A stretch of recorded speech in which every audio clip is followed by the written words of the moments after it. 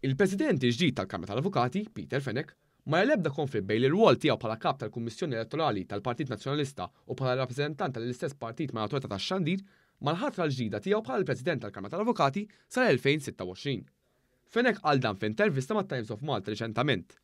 Fir-rwol tiegħu bħala President tal-Kamra tal-Avukati, Fenech se jkun ukoll fuq il-Kumitat tal-Ħatit Ġudizzjarji li jirċievi u jeżamina espressjonijiet ta' interess minn persuni li jridu jilħqu mħalfin jew maġistrati.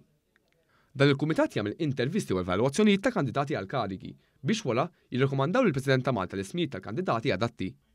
One News saqsa lill-Ministru għall-Ġustizzja Ġenerali Tat-Tard jekk rax konflitt mal-irwol ġdid ta' Fenech mal-pożizzjoni li jokkupa fih dan il-Partit Nazzjonalista.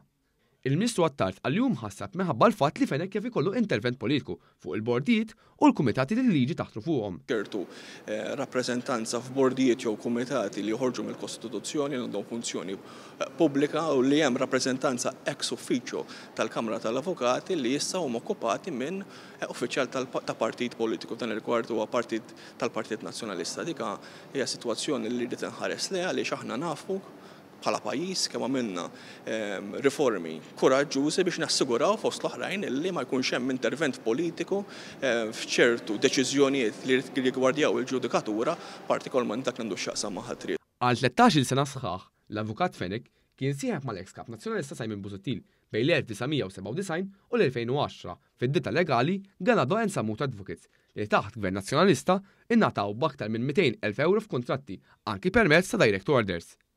Fenech innifsu wkoll kien maħtur fuq diversi bordijiet taħt Gvernijiet Nazzjonalista.